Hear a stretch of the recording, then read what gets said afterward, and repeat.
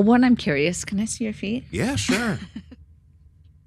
I would actually call that more of like a pancake foot. I was curious about this. When you mentioned the thing about flat foot, when I was a teenager, I was told I had flat feet. I was given orthotics and all of that. But one thing, when we started doing all this stuff with our feet last year, I noticed that, number one, my foot striking changed, and even the imprints that I would see on my different sandals and different shoes, like I now had an arch because of all the activity that was now going on. So a lot of people are told they have flat feet and they're given orthotics. I know you mentioned sometimes orthotics are necessary, but how should those people with flat feet address their flat feet, if that's even a thing? Yeah. Well, one, I'm curious. Can I see your feet? Yeah, sure. I'll take these. Let me take these off real quick. I'm using the Naboso. I got the ball in half, and I'm stretching my big toe as we speak. There you go. Yes. What should I do with my feet? All right. I just want you to stand there. Okay. Yep, just stand. So she's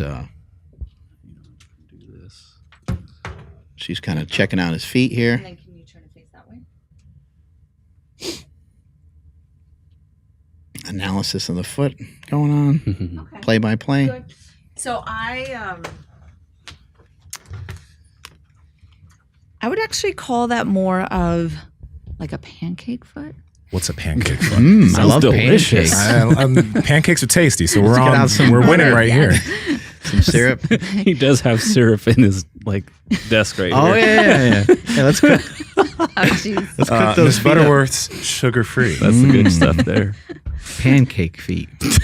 So yeah, what So are a pancake foot. foot? Mark's staring yes. at you. All right. It's like the cartoons, like when they're starving and Yeah. the guy turns into like a hamburger. with the butter on top.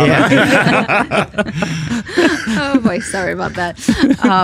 Yes, so I classify flat feet, which again means nothing. So when people say, "Oh, I have flat feet," like what does that mean, right? Are People you kind of say it as if it's a bad thing, and you're just saying it maybe doesn't mean right? Like a it whole doesn't. lot. It has no. I have no context for that because there's so many different subcategories of flatter feet. Let's say.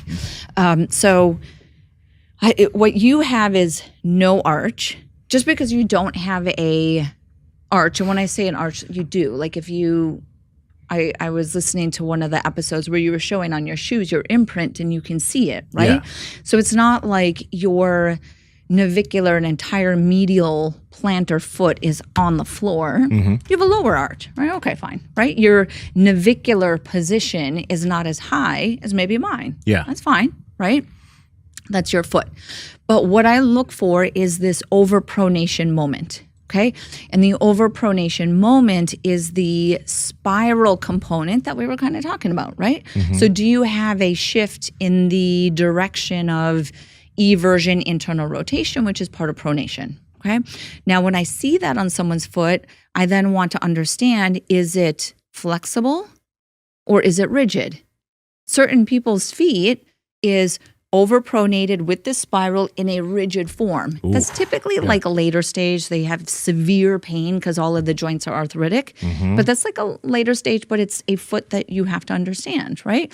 And then the opposite of that, or what typically happens before that, is a flexible. So that would be someone where if they look at their foot and they're like, woo, look at that arch. I got a nice, beautiful arch. And then they stand up and they go boom. But when they collapse, just so you can, they're like that. Yeah. You're not doing that, Yeah. right? So they have. If I did that, I could feel if I do. You that. would feel if you did that, right? Yeah. Right? Yeah. So Yeah. you have, eversion, internal rotation. There's a spiral moment to it. It's flexible though, because if I just look at your foot, it's neutral. No gravity, no body weight. You stand up, boom. Yeah. Right? Then you have to say, well, why is that happening in that person? Do they have a weak foot? I don't know. Yeah. Maybe in certain cases. Or the big one is they might have an element of ligament laxity.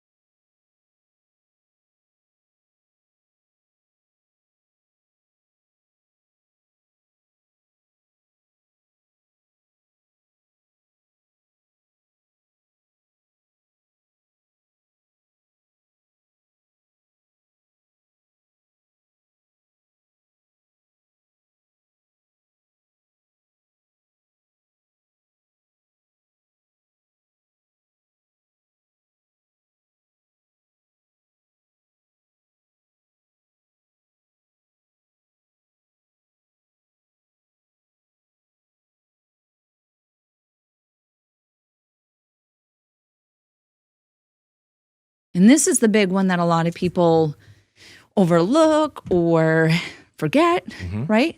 Ligament laxity is oftentimes genetic, right? So we all have connective tissue properties that are genetic. And in certain people, the ligaments, where we have over 100 ligaments in your foot, are just a little bit too flexible to support all of your body weight, force, acceleration, gravity, all of that, that it just starts to kind of collapse in the spiral.